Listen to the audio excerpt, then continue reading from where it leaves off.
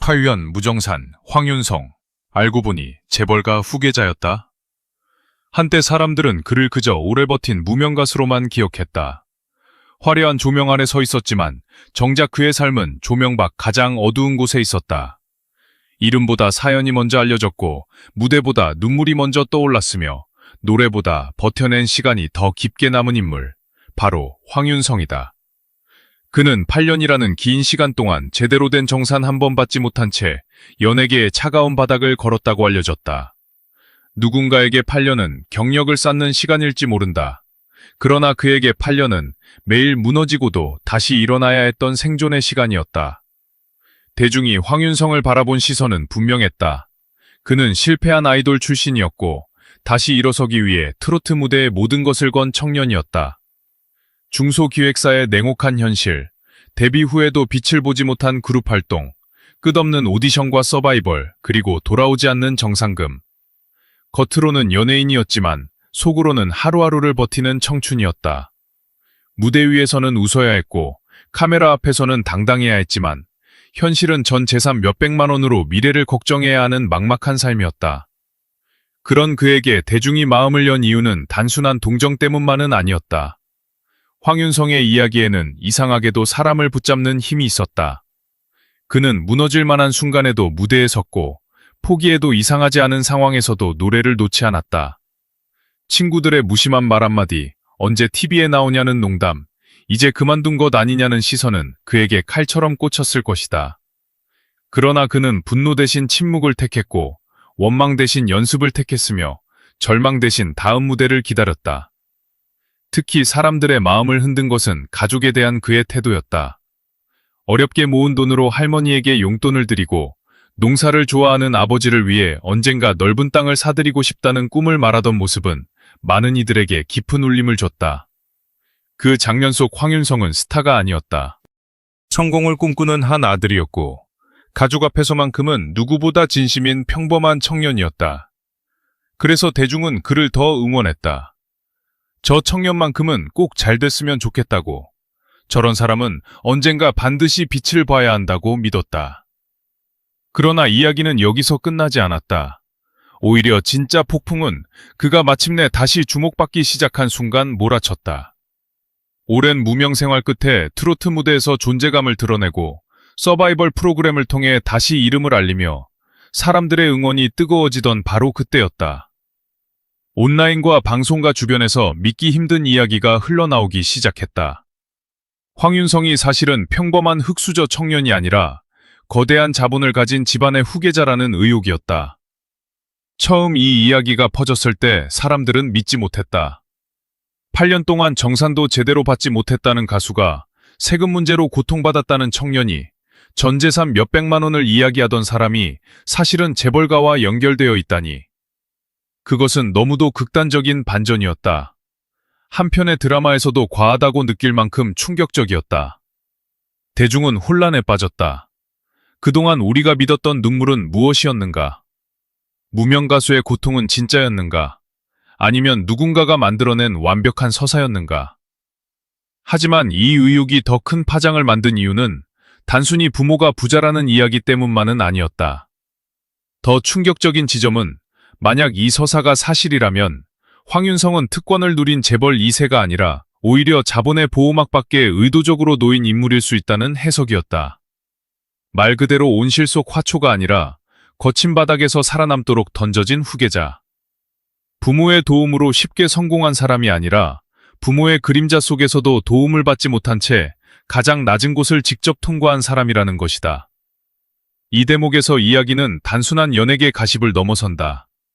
그것은 자본과 고통, 특권과 생존, 진실과 이미지가 뒤엉킨 거대한 인간 드라마로 변한다. 만약 황윤성이 정말 거대한 집안의 아들이었다면 왜 그는 8년 동안 정산을 받지 못했을까? 왜 세금 문제 앞에서 무방비 상태였을까? 왜 생활고를 겪고 왜 무명가수처럼 행사장을 돌며 자신의 이름을 증명해야 했을까? 이것이 단순한 방치였는지 혹은 혹독한 현실 교육이었는지에 대해 사람들의 상상은 걷잡을 수 없이 커졌다. 8년 무정산이라는 말은 그 자체로 무겁다. 연예계에서 젊은 아티스트들이 겪는 구조적 문제를 압축한 단어이기 때문이다. 데뷔 전 투자비, 숙소 비용, 스타일링, 앨범 제작, 홍보비, 뮤직비디오 제작비까지 모든 비용이 먼저 쌓이고 수익이 나도 그 빚을 넘어서야 비로소 정산이 시작되는 구조. 그 안에서 인기 없는 아이돌, 특히 중소기획사 출신 가수는 언제든 투명인간처럼 사라질 수 있다. 황윤성의 8년은 바로 그 구조의 잔혹함을 보여주는 상징처럼 받아들여졌다. 그런데 여기에 재벌가 후계자라는 의혹이 겹치자 이야기는 전혀 다른 색을 띠기 시작했다. 사람들은 물었다. 정말 돈이 없는 사람이었나? 아니면 돈이 있었지만 쓸 수 없었던 사람이었나? 정말 버려진 가수였나? 아니면 시험대 위에 올려진 후계자였나? 정말 흙수저였나? 아니면 흙수저의 삶을 실제로 살아야 했던 금수저였나? 이 질문들은 황윤성이라는 이름을 단숨에 더 뜨거운 논란의 중심으로 끌어올렸다. 세금 폭탄 사건 역시 다시 조명되었다. 오랜 무정상 끝에 겨우 수익이 생기기 시작했지만 프리랜서 사업소득자로서 종합소득세 신고를 제대로 알지 못해 거액의 세금을 맞았다는 이야기는 대중에게 큰 충격을 안겼다. 많은 사람들은 그것을 개인의 실수가 아니라 시스템의 실패로 받아들였다. 어린 나이에 연습생 생활을 시작하고 회사가 짜놓은 일정대로 움직이고 무대와 연습실만 오가던 청년에게 누가 세금과 금융을 제대로 가르쳐줬겠느냐는 것이다. 그러나 재벌가 후계자 의혹이 등장하자 이 사건은 또 한 번 뒤집혔다.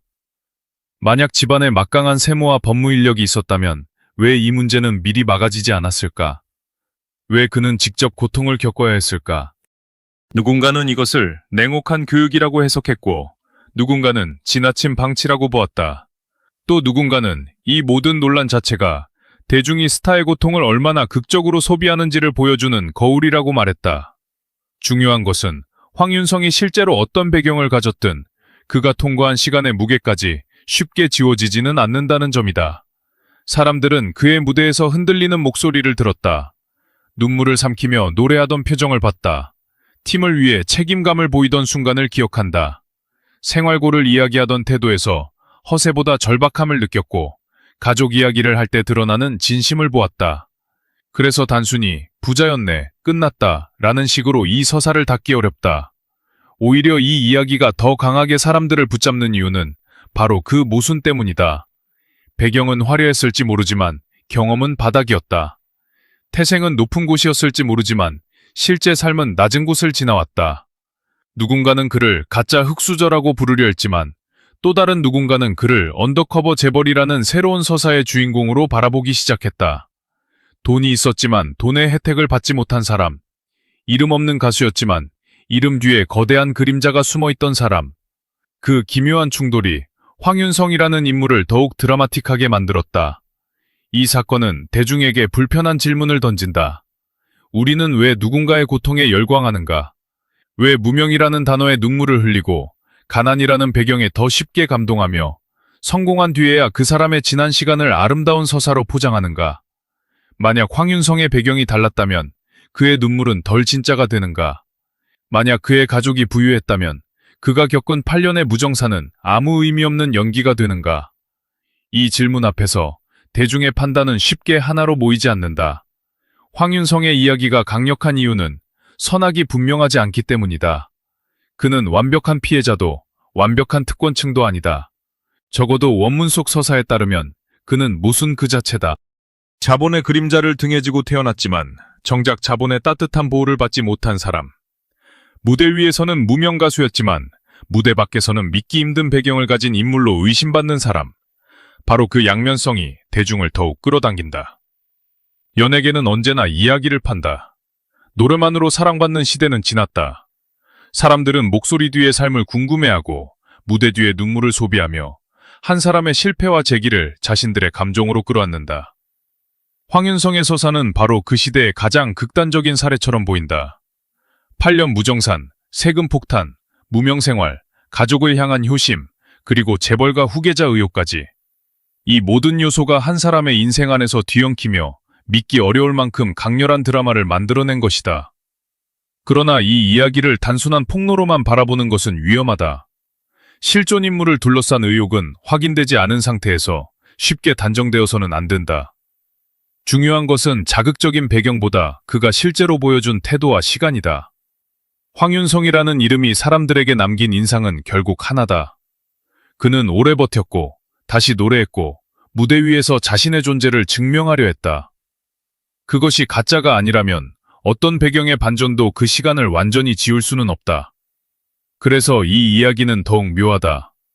만약 그가 정말 재벌가 후계자라면 이것은 특권의 이야기가 아니라 특권이 숨겨진 채 고통으로 단련된 사람의 이야기일 수 있다. 만약 그가 평범한 무명 가수라면 이것은 한국 연예계의 냉혹한 현실을 보여주는 또 하나의 사례다. 어느 쪽이든 대중이 느낀 충격은 사라지지 않는다. 황윤성이라는 인물은 이제 단순한 트로트 가수를 넘어 무명과 자본, 진정성과 의욕이 충돌하는 상징적인 이름이 되어버렸다. 결국 사람들을 사로잡는 것은 재벌가라는 단어 자체가 아니다. 진짜 흡입력은 그 반전 앞에서도 무너지지 않는 질문에 있다. 그는 누구의 아들인가 보다 어떻게 버텼는가? 그는 무엇을 가졌는가 보다 무엇을 견뎌냈는가? 황윤성의 이야기가 앞으로 어떤 방향으로 흘러가든 대중은 이미 그의 서사 속으로 깊숙이 들어와 버렸다. 그리고 한번 시작된 의문은 쉽게 멈추지 않는다. 8년 동안 정산을 받지 못한 무명 가수. 그런데 알고 보니 재벌가 후계자였다는 충격적인 질문. 이 한 문장만으로도 황윤성의 이름은 당분간 사람들의 입에서 사라지기 어려울 것이다.